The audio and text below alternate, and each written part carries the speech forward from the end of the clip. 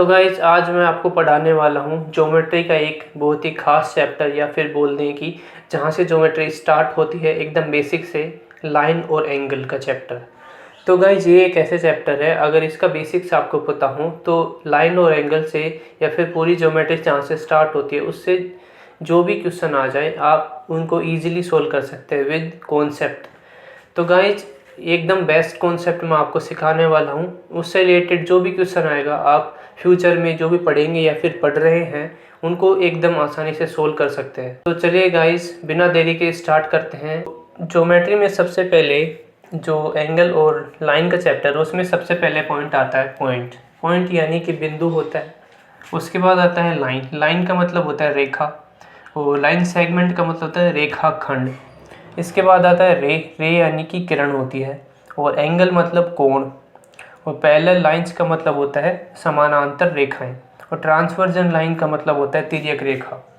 और यहाँ पे मैंने बोला पैरेलल लाइंस यानी कि दो या दो से अधिक होंगी, और ट्रांसवर्जन लाइन बोला है मतलब एक लाइन होगी। सबसे पहला है अपना पॉइंट ही है। तो पॉइंट क्या होता है गाइस, आपको पता है तो कमेंट सेक्शन में बताइए।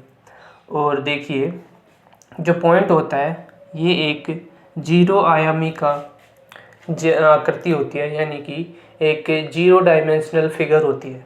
यानी कि एक पॉइंट है, एक सर्किल की रेडियस होती है आर, लेकिन इस जो पॉइंट बनाया मैंने इसमें रेडियस होती है लेकिन वो क्या होती है, जीरो होती है गाइस।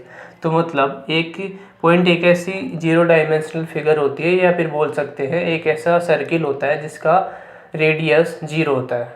ठीक है गाइस, पॉइंट कंप्लीट हो गया। उसके बाद आती है लाइन। तो गाइस सेकंड पॉइंट आता है लाइन। तो लाइन गाइस, लाइन क्या होती है, लाइन पॉइंट से ही मिलकर बनी होती है। जैसे कि एक पॉइंट यहाँ पे है, एक पॉइंट यहाँ पे है, एक पॉइंट यहाँ पे और एक पॉइंट यहाँ पे। तो अगर मैं बोलूँ इन सारे पॉइंट्स को आपस में मिला दो, तो मिलने के बाद जो आकृति बनेगी उसको बोलेंगे हम लाइन। तो लाइन का मतलब हो गया सारे पॉइंटों का समूह होता है। ठीक है। तो और लाइन का मतलब होता है ये एंडलेस होती है, ना ही इधर इसकी कोई सीमा होती है कहाँ तक जाएगी, ना ही इधर कोई सीमा होती है, मतलब अनंत होती है, ये एंडलेस होती है। ठीक है गाइस। और इसी के बाद अपना लाइन कंप्लीट हो गया। इसके बाद अपना लाइन सेगमेंट आता है। तो लाइन सेगमेंट थर्ड फॉर्म ले लेते हैं। लाइन सेगमेंट बेसिकली लाइन का ही पार्ट होता है। जैसे कि अगर एक लाइन खींचती है यहाँ पे, इस लाइन का मैंने यहाँ से एक पॉइंट ले लिया और यहाँ से एक पॉइंट ले लिया।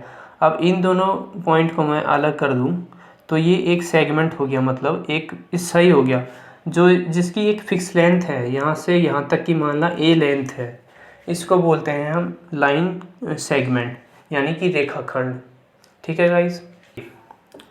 रे क्या होता है गाइस, रे होता है एक लाइन ही होती है लेकिन इसकी दिशा फिक्स होती है। जैसे लाइन की दिशा हमने फिक्स नहीं बताई थी कि वो अनंत तक जाती है अनंत तक आती है, मतलब ठीक है आगे पीछे जाएगी।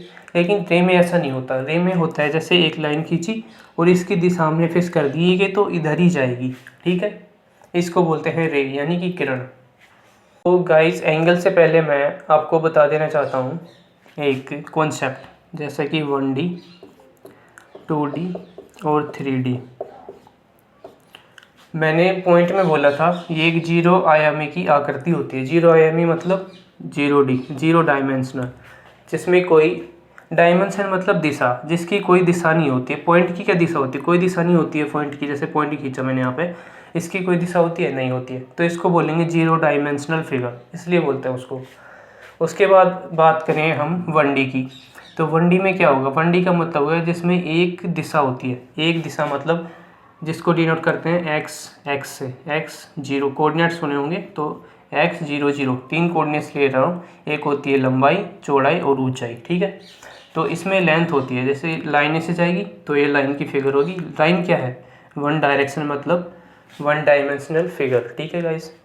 उसके बाद बात करें अगर 2D की, तो 2D में क्या होता है, जैसे गाइस मैंने एक स्क्वायर ले लिया। स्क्वायर में क्या होता है, एक लेंथ होती है और एक ब्रेथ होती है, मतलब चौड़ाई होती है।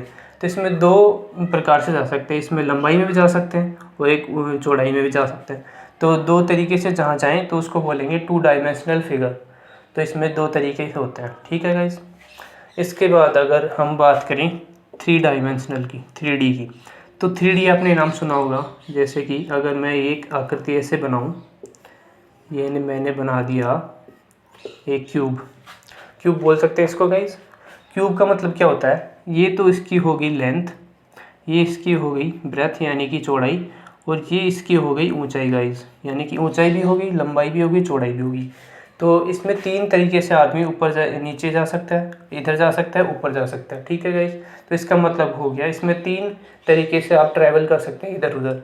तो इसका मतलब हो गया 3 डायमेंशनल फिगर या फिर 3 डायमेंशनल ऑब्जेक्ट हो गया। इसका एग्जाम्पल भी मैं दे देता हूँ, मेरे पास ये रखा है देखिए क्यूब, तो इसको बोलते हैं 3D ऑब्जेक्ट, ठीक है। इसमें लंबाई है, चौड़ाई है और ऊंचाई भी है, ठीक है। आई होप आपको बेसिक से समझ आ रहा होगा मैं जो भी समझाना चाह रहा हूँ।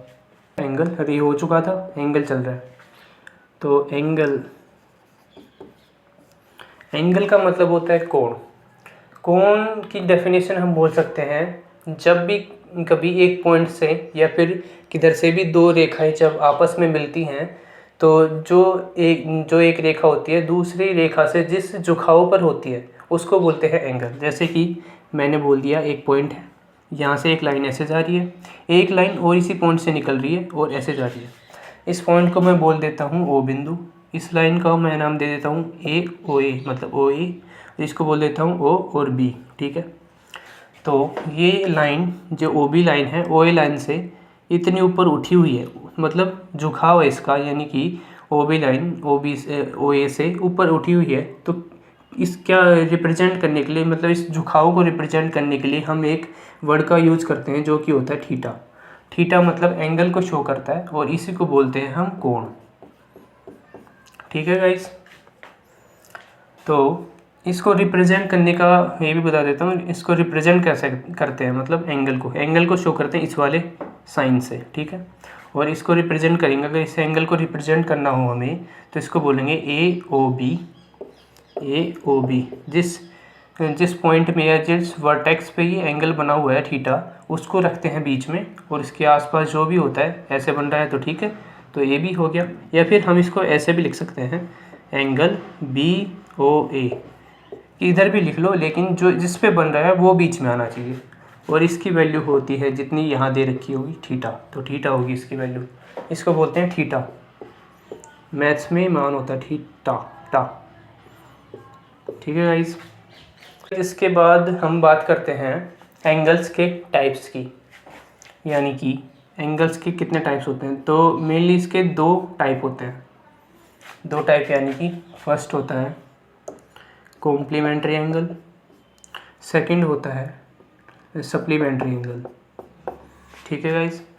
कॉम्प्लीमेंट्री एंगल को बोलते हैं पूरक कोण और सप्लीमेंट्री एंगल को बोलते हैं समपूरक कोण। इन दोनों में 2 एंगल बनते हैं, मतलब बेसिकली एक्स और वाई 2 एंगल होंगे और उनका सम कितना होगा, इन दोनों को ऐड करेंगे तो उनका सम 90 डिग्री का एंगल होगा। मतलब सी अगर कॉम्प्लीमेंट्री एंगल को रिप्रेजेंट करेंगे तो वो कुछ फिगर ऐसी बनेगी जिसमें एक लाइन बीच में से जा रही होगी और एक एंगल ऐसे होगा तो दूसरा एंगल इसके अपोजिट होगा इसमें ही, ठीक है गाइस। ऐसे होगी कोई डायमेंशन या फिर ये एक रेखा जा रही होगी, ठीक है।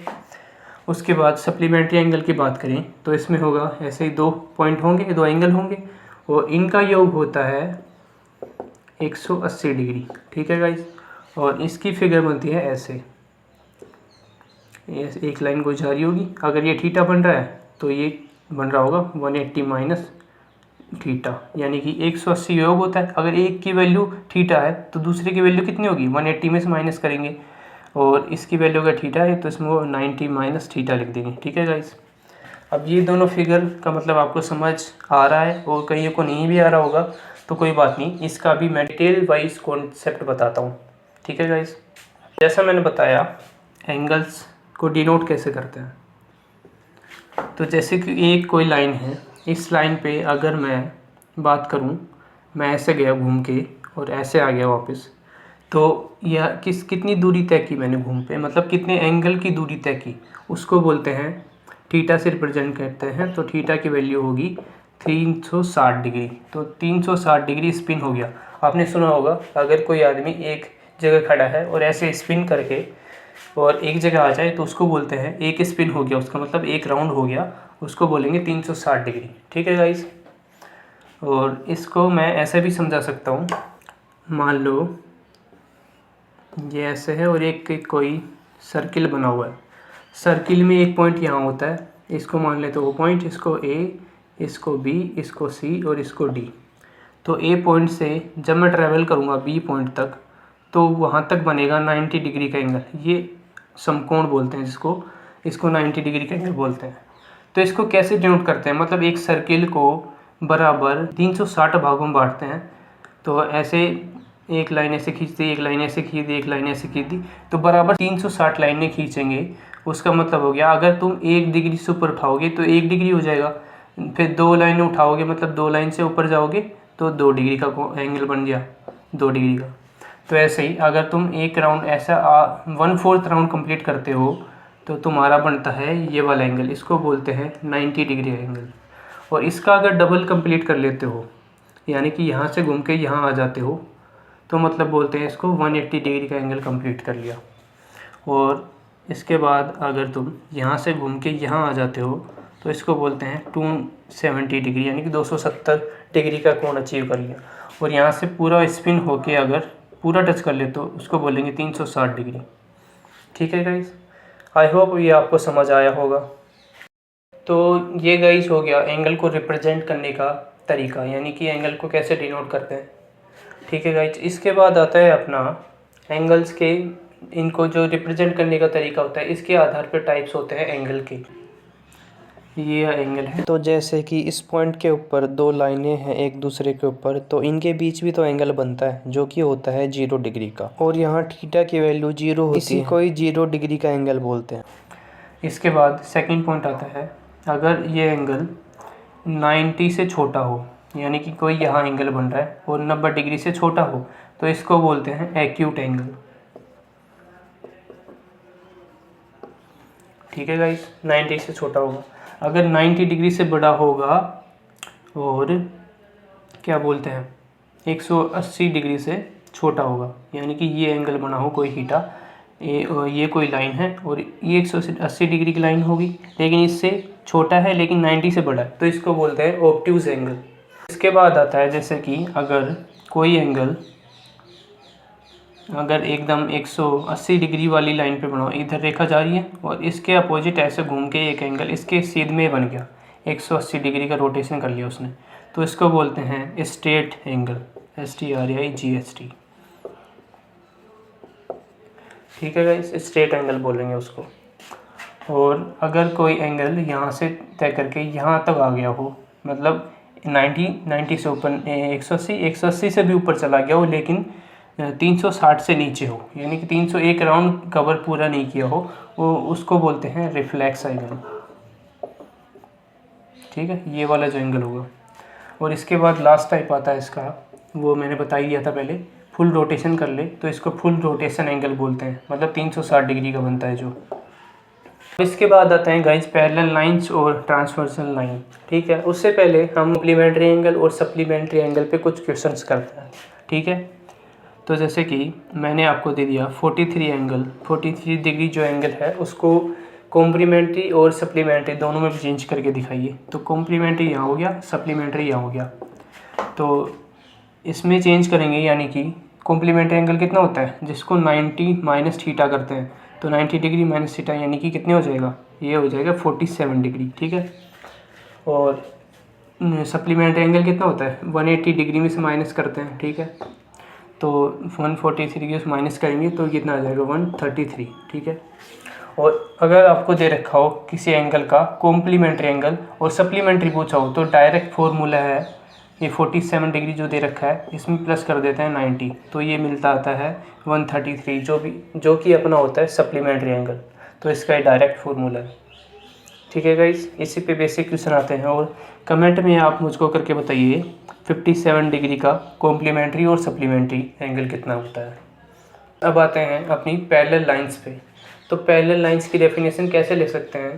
पैरेलल लाइंस वे लाइंस होती हैं जो एक दूसरे को कभी कट ना करें, जैसे कि ये 2 लाइनें हैं और एक दूसरे की एक दिशा में चली जा रही हैं, लेकिन इनके बीच की जो दूरी है वो d है, वो हमेशा इतनी ही रहेगी, मतलब एक दूसरे को ये कभी काटेंगी नहीं, तो ये दूरी हमेशा d रहेगी।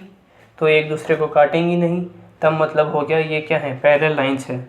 और इसका नाम दे देते हैं ए और बी, इसको बोल देते हैं सी डी।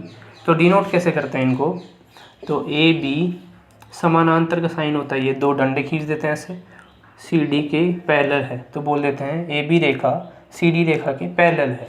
ठीक है गाइस। अब इसी के बाद इसमें मिक्स हो जाता है ट्रांसवर्सल लाइंस। कैसे मिक्स होता है, तो ट्रांसवर्सल लाइंस यानी कि त्रियक रेखा, जब कोई रेखा कोई दो अन्य रेखाओं को तिरछी रेखा से काट देती है, यानी कि ऐसे ये लाइन है, कोई पी क्यू लाइन है, इसका नाम पी क्यू है, और ये यहाँ को इसको काट रही है ए बी और सी डी लाइन को यहाँ पे। ठीक है, इसको डी को हटा देते हैं थोड़ी देर। तो यहाँ बिंदु पे काट रही है, तो काटने के बाद ये जो लाइन बनी इन दोनों के तो पैरेलल नहीं होगी ना कभी भी, तो इसको बोलते हैं तिर्यक लाइन। ठीक है गाइस। तो ऐसी रेखा जो दो या दो से अधिक रेखाओं को काटती है उसको बोलते हैं तिर्यक लाइन, ट्रांसवर्सल लाइन। ठीक है। अब यहाँ से कॉन्सेप्ट बनने स्टार्ट होते हैं गाइस। ठीक है, तो यहाँ से जैसे कि जेड से बनता है, जेड दिख रहा है गाइस, ये जो जेड दिख रहा है आपको यहाँ से कॉन्सेप्ट बनते हैं। जैसे ये एंगल कुछ बनेगा, इसको बोल देते हैं एक्स, इसको बोल देते हैं एक्स। अब आपको लग रहा हो कि मैंने एक्स क्यों बोला, तो ये एक प्रॉपर्टी होती है, एकांतर कोण बोलते हैं इसको। अगर ऐसे कुछ बन रहा हो जेड, तो उसके ये वाला कोण और ये वाला कोण आपस में इक्वल होते हैं, उसको बोलते हैं एकांतर कोण, ऑल्टरनेटिव एंगल्स। ठीक है गाइस। उसके बाद इसमें और भी आते हैं, जैसे कि मैं इस एंगल को बोल देता हूँ, इस वाले को 1, इसको 2, इसको 3, इसको 4। तो 3 और 4 एंगल बराबर होंगे और 1 और 2 एंगल बराबर होंगे। इसी प्रकार ये वाला एंगल और ये वाला एंगल बराबर होंगे। मतलब एक लाइन है ऐसे काटती है तो ये वाला इसके बराबर होगा। क्यों होगा, क्योंकि अगर दो लाइनें ऐसे अब एक दूसरे को आपस में काटती हैं तो इनके आमने सामने को कोण बनेंगे ना, उनको बोलते हैं ऊर्ध्वाधर कोण। ऊर्ध्वाधर कोण को जैसे कि इसको बोल दिया थीटा, तो ये भी थीटा बनेगा, और ये वाले दो भी आपस में समान होते हैं। ठीक है गाइस, ये जो एंगल होगा वही ये एंगल होगा। तो इसी प्रॉपर्टी से ये दोनों एंगल बराबर होंगे और ये दोनों एंगल भी बराबर होंगे। ठीक है गाइस। सो बेसिकली हमें क्या पता चला इससे कि ऐसे अगर दो लाइन पैरेलल हैं, उनको एक तिर्यक रेखा काट रही है, तो बनने वाला ये जेड की आकृति में कोई बनेगा, उसको बोलते हैं एकांतर कोण यानी कि ऑल्टरनेटिव एंगल्स। और इसको बोलते हैं, ये जो कोण बनेगा ये वाला इसके भी बराबर होगा, तो इसको बोलते हैं कोरस्पॉन्डिंग एंगल्स, और इसको ऑल्टरनेटिव एंगल्स। ठीक है गाइस, हमेशा ध्यान रखना। यानी कि इसको इससे रिप्रेजेंट करते हैं 1 से, इसको 2 से कर देते हैं और इसको 3 बोल देते हैं। तो 1 3 के बराबर ही होगा, एंगल 1 बराबर एंगल 3 और एंगल 2 बराबर एंगल 3 भी होगा। तो गाइस अपना कंप्लीट हो चुका है पैरेलल लाइंस और ट्रांसवर्सल लाइंस। इसके बाद हम इन पे बेस्ड कुछ क्वेश्चंस करते हैं, तो उनसे कैसे सवाल पूछे जाते हैं उनके बारे में आपको बताता हूँ। ठीक है, तो सबसे पहले बनता है इस आकृति की, ये हो गया एक लाइन ऐसे जा रही है, इसको बोल देते हैं ए बी, इसको बोल देते हैं सी और डी।